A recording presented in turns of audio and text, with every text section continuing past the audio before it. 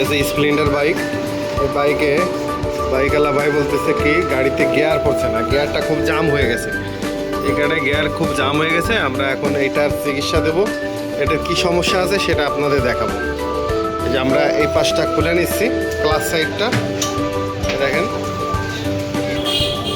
এই পাশটা খুলে নেব, আপনাদের সরাসরি দেখাবো যে এইটা কি সমস্যার জন্য গিয়ারটা জাম হচ্ছে। দেখতে থাকুন আমাদের ভিডিও, লাইক কমেন্ট করবেন আমাদের ভিডিও ভালো লাগলে একটু কমেন্ট করে যাবেন।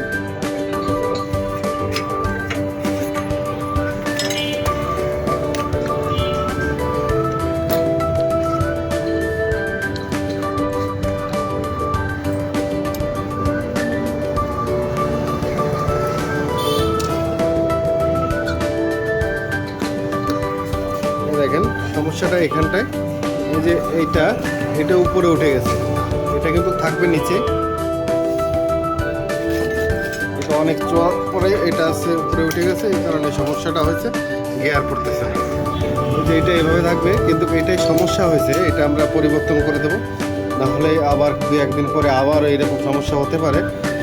আগের থেকে চেঞ্জ করে এটা পরিবর্তন করে দিলে গিয়ারের সফট হয়ে যাবে। এটা উপরে চলে এসেছিলো, দেখেন এখানে পরিষ্কার হয়ে গেছে, এখানে কয়েকদিন চলছে এরকম 10-15 দিন, তো সময় পাইনি, আসতে পারিনি গ্যারেজে। এখন আমরা এটাকে ঠিক করব।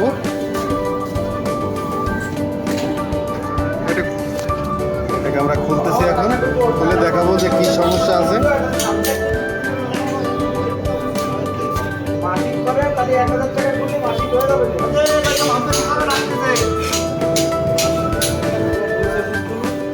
এটাকে আমরা খুলে নিছি, এখানে হালকা করে দেখেন ফাটা দাগ দেখা যাচ্ছে, এটা হালকা ফেটে গেছে, এই কারণে এই জিনিসটা সমস্যা হয়ে গেছে, মানে সমস্যাটা এই ফাটার কারণে হয়েছে। আমরা এটাকে পাল্টাই দেবো, পরিবর্তন করে দেবো, তাহলে গিয়ারের সমস্যার সমাধান হয়ে যাবে। ঠিক আছে, ভিডিও ভালো লাগলে আমাদের চ্যানেলটি সাবস্ক্রাইবার করে দেবেন। এরকম টুইস্টের ভিডিও দেখার জন্য চ্যানেলটাকে ফলো দিয়ে রাখবেন।